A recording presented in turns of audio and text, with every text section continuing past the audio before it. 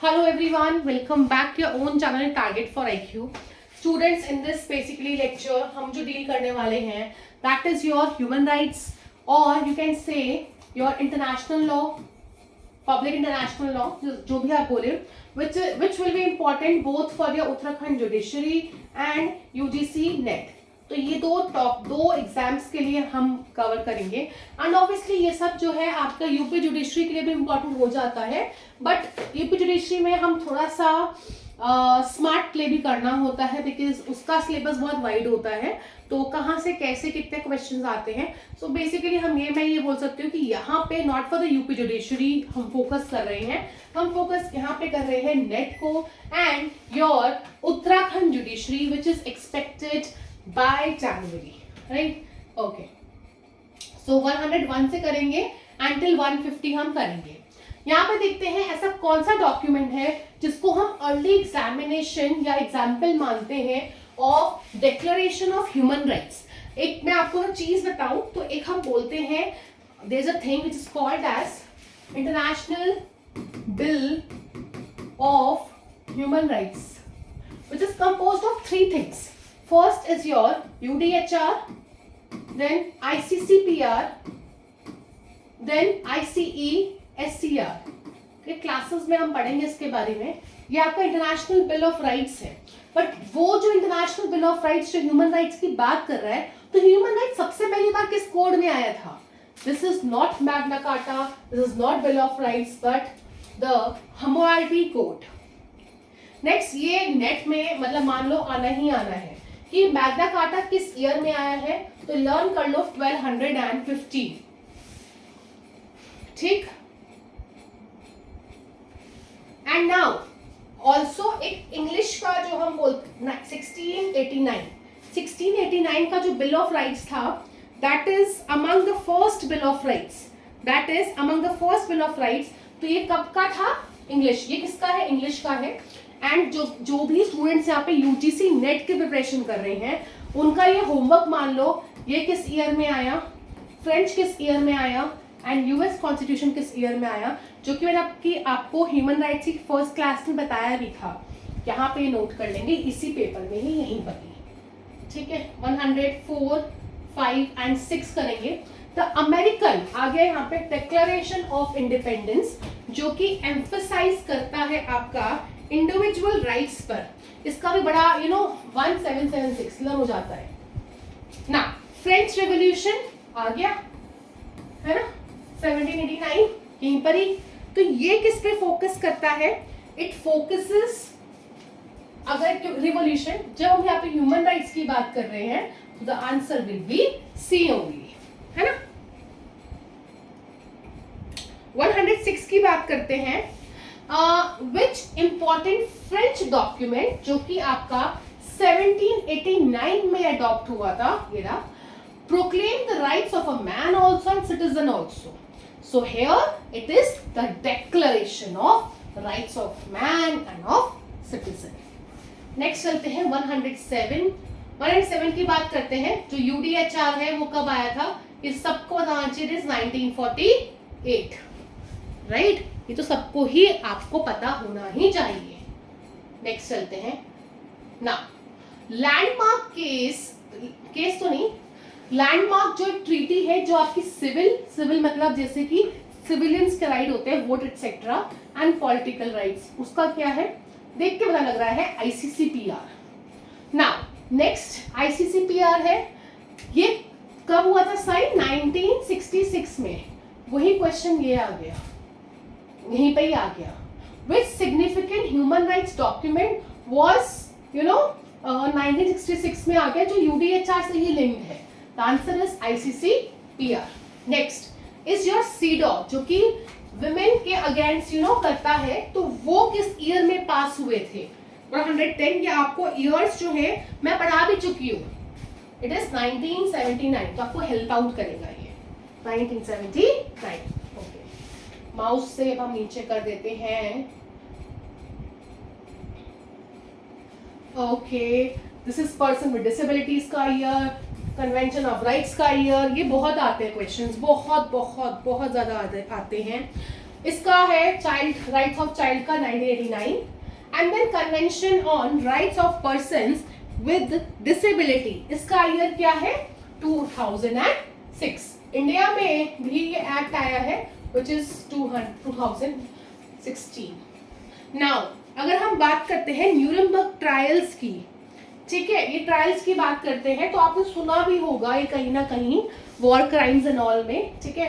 तो ये किससे रिलेटेड है, सुना होगा ना वॉर क्राइम्स से, तो ये अपने आप नाम याद आ गया, वॉर क्राइम्स, जीनोसाइड, इन सब में, and this is against humanity also, that's why the answer is this.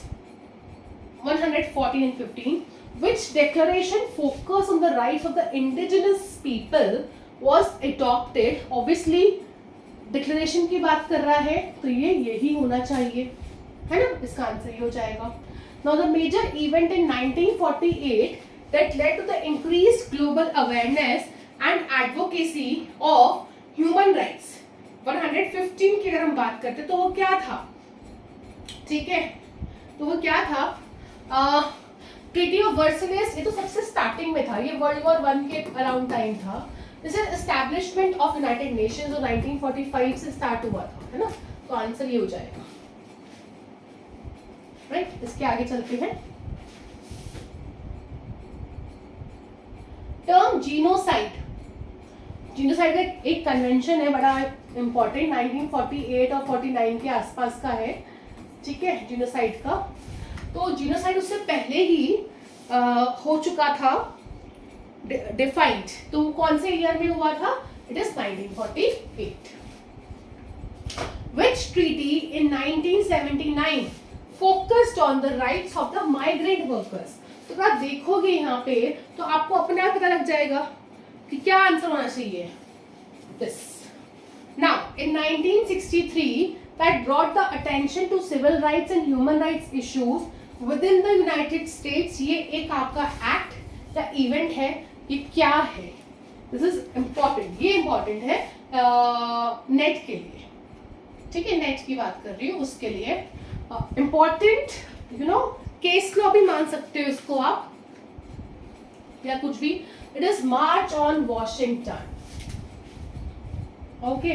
Now declaration of human rights education and training, ये किस ईयर में आया था, दिस इज इन 2005, ये इंपॉर्टेंट नहीं है इतना। नाउ आईसीसी, ये बहुत इंपॉर्टेंट है, आईसीसी आपका किस ईयर में आया था, 2002, एंड योर कमेंट सेक्शन में बताएंगे ईयर के साथ साथ डेट, ठीक है, डेट बताएंगे कमेंट सेक्शन में। ना 120 के बाद चलते हैं, okay, better we put the cursor here, mouse here, okay. 121 की अगर हम बात करते हैं यहाँ पे,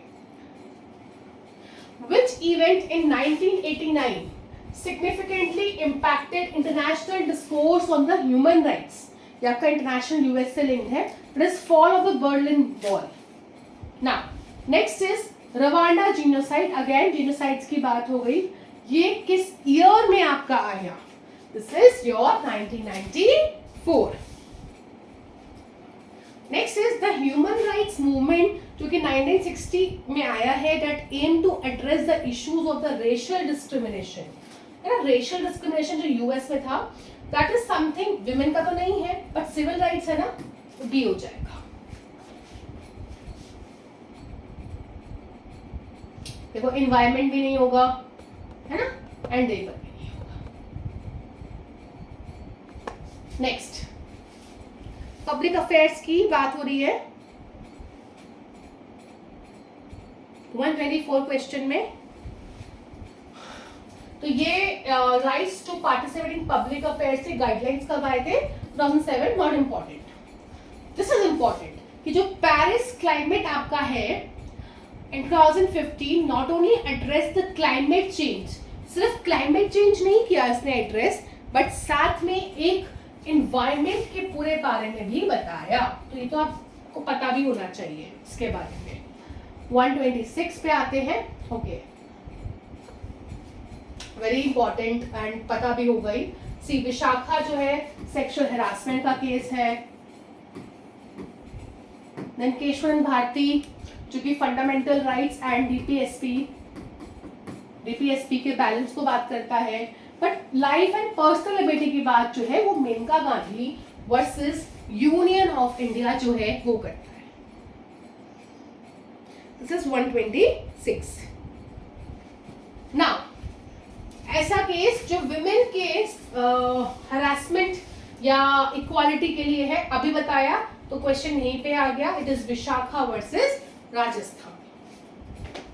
नेक्स्ट चलते हैं 128 की तरफ। ये लास्ट ईयर बड़ा इंपॉर्टेंट है and you know what one of my relative is American and I met her around 20 days पहले। Then just having a talk कि वहाँ पे कैसा है, ये है वो है। Even a normal American knows about this case, so you may know कि कितना इंपॉर्टेंट केस है। इन विच केस सबसे पहले उसने विमेन राइट के अबॉर्शन को रिकॉग्नाइज किया था, Roe versus Wade. And important क्यों है? क्योंकि इस केस को स्ट्राइक डाउन कर दिया गया है। जिस तरह यहाँ पे केशवन भारती इंपॉर्टेंट है, सेम उतना ही इंपॉर्टेंस रो वर्सेस वेड का यूएस में है। नेक्स्ट इज योर एक यूरोपियन ECHR जिसको हम बोलते हैं, वहां का केस जो बात करता है प्रोहिबिशन, देखो सेम सेक्स वायलेशन का प्रोहिबिशन। इवन हमारे इंडिया में भी अभी केस आया था, तो इसके लिए मैंने ये डाला है। तो यहाँ पे 129 की अगर हम बात करते हैं, the answer is here Christian Goodwin versus UK. I hope आपको ये क्वेश्चंस नेट के पर्पस से बहुत इंपॉर्टेंट एंड अच्छे भी लग रहे होंगे। This is the case Tindagan versus Philippine commission on human rights. इसका जो मेन इशू था ये, क्योंकि अब आप ह्यूमन राइट्स पढ़ रहे हो इसलिए तो अब आप आंसर कर सकते हो मार्क कि extrajudicial killings and human rights violations है। बट अगर ये क्वेश्चन ऐसे ही आ जाए ना मिक्स्ड अप क्वेश्चंस में, तो तब आप शायद ना मार्क कर पाओ। ठीक, 131 चलते हैं। कुछ इंडिपेंडेंस मूवमेंट का क्वेश्चंस कि देखो which Indian leader is known for non violence, तो देख के डालोगे महात्मा गांधी जी। ना फर्स्ट विमेन इंडियन की बात करते हैं जिसको you know peace, Nobel peace prize मिला है ह्यूमन राइट्स के लिए।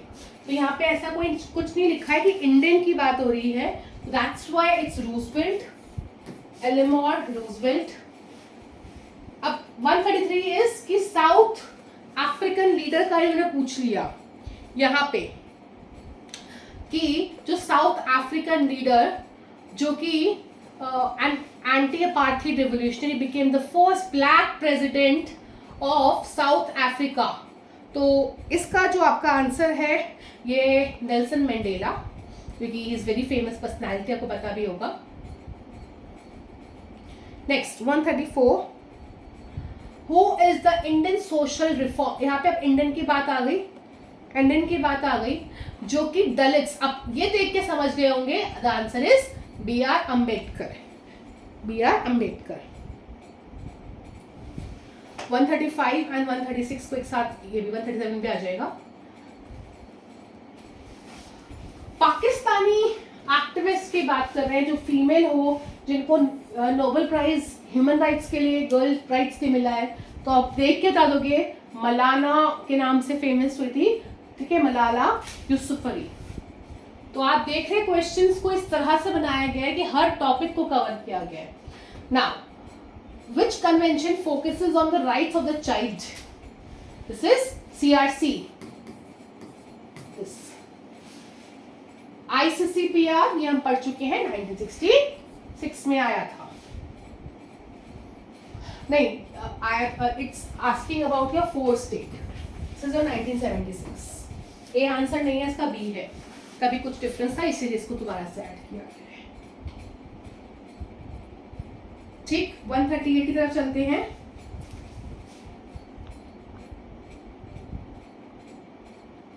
विच कन्वेंशन टू इंडिया, है ना, is a party that prohibits the discrimination against women, CEDAW, जिसको हम बोलते हैं CEDAW। 139, अगर हम CEDAW के साथ रेशियल डिस्क्रिमिनेशन की बात करते हैं, इंडिया ने उसको रैटिफाइड किया है, कब किया है? 1969 में। तो ये किसके लिए है? To eliminate racial discrimination. Then convention जो कि rights of person with disability है, 2006 में आया था। ये पर्सन विद डिसेबिलिटी की बात करता है। इंडिया में इसका एक्ट 2016 है। उससे पहले 1996 एक्ट था, बट क्योंकि बाद में कन्वेंशन आया इसलिए इसको हमें दोबारा लाना पड़ा। ठीक, इसके बाद अब लास्ट 10 क्वेश्चंस लेफ्ट। ओके, 141 की बात करते हैं।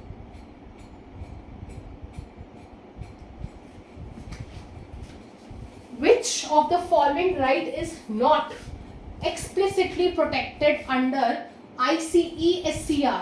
कौन सा राइट नहीं है? देखो, right to work it is a social right, security का भी सोशल राइट है, सॉरी एजुकेशन का भी है, बट जो पॉलिटिकल राइट है that is an ICCPR। The answer will be D. Then torture का जो कन्वेंशन है, I have already told you about it कि इंडिया ने इसको रेटिफाई नहीं किया है। ठीक है, India hasn't ratified it yet, but in which year it was adopted.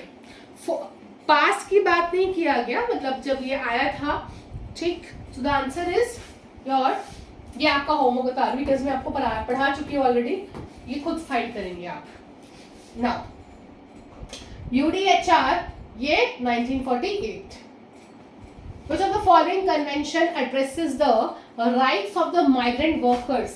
अगर हम देखते हैं, ऑब्वियसली देखने में पता लग रहा है ए, ये राइट्स डिसेबिलिटी नहीं होगा, CEDAW नहीं होगा, ICCPR भी नहीं होगा। तो this is also we have done disabled person का 2006। ओके, 146 पे आते हैं। हाँ, यहाँ से इंपॉर्टेंट है। 146 की बात करते हैं। Here, which of the following Indian judges इन्होंने right to privacy पर judgment दिया है ना? Okay, there A, B, C, D, this has to be E, और ये तो कट कर देंगे। The answer is Justice D.Y. Chandrachud ji. Which judgment? ये आप बताएंगे। Now, Justice कृष्ण अय्यर, ये एक हमारे ह्यूमन राइट्स के एक रिनाउंड जज हैं, जिन्होंने किसके बारे में, which of the following pillars of law did he, उनके जो जजमेंट्स हैं उस पर रिवॉल्व करते रहे बार बार बार बार, that is human rights. Actually में उन्होंने बहुत, उनके जजमेंट्स ह्यूमन राइट्स से बहुत रिवॉल्व हुए हैं।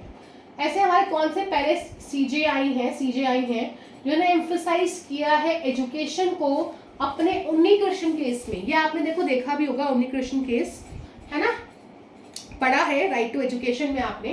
सो the answer justice AS Anand. कभी कभी ये क्वेश्चन ऐसे पूछ लेते हैं। Justice M Fathima Beevi, she has been your Supreme Court की फर्स्ट जज फीमेल टू बी अपॉइंटेड, है ना। उन्होंने किस पे जजमेंट दिया था? दैट इसके बारे में देखते हैं। दैट इज योर, इसमें से आप खुद देखो ऐसा कौन सा केस है।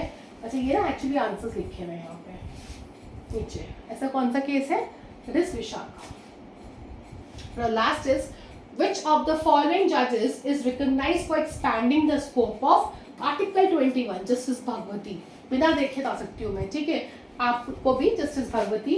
इनको हम PIL के लिए भी बहुत मानते हैं कि उन्होंने PIL में बहुत काम किया है, राइट। तो ये आपका, हमने इंटरनेशनल लॉ के भी केसेस कवर करे, judgments, conventions and then certain things जो कि ह्यूमन राइट्स की इंडियन कॉन्स्टिट्यूशन में है। आई होप ये मिक्सचर आपको अच्छा लगा होगा, उत्तराखंड जुडिशरी के लिए भी and your basically for net also. If yes, so आप लाइक कीजिए, शेयर कीजिए। एंड ऑल्सो हमारे बैचेस चल रहे हैं, पेड बैचेस जो कि उत्तराखंड के हैं, 15 अक्टूबर से ये भी स्टार्ट है। नेट के हैं, 15 अक्टूबर से ये भी स्टार्ट है। देन AIB का भी बैच है, देन ये भी 15 अक्टूबर से। ये 3 न्यू बैचेस जो हैं वो स्टार्ट हो रहे हैं। मैं आपको बता देती हूँ, उत्तराखंड जुडिशरी का एग्जाम में के लिए आपका जो ये है प्रीलिम्स का बेसिकली है, 5 डेज क्लासेस होगी, देन 6 डे आपको MCQs का क्लास में ही पढ़ाए जाएंगे। देन जब आपका सब्जेक्ट पूरा हो जाएगा तो 2 से 3 मॉक टेस्ट तब पढ़ाए जाएंगे, एक्सक्लूसिव मैनर में होगा, तो आप ये तो बिल्कुल ज्वाइन कीजिएगा। देन नेट का जो प्रिपरेशन कर रहे हैं, उनको हेल्प आउट चाहिए है, तो लॉ पेपर के लिए 2 मंथ्स का ये बैच है जो 15 अक्टूबर से 15 दिसंबर तक का है। जितना भी सारा सिलेबस है उसको फटाफट कवर करने की कोशिश की जाएगी। टेस्ट पेपर्स दिए जाएंगे एंड मटेरियल जहां लगे वहाँ दिया जाएगा।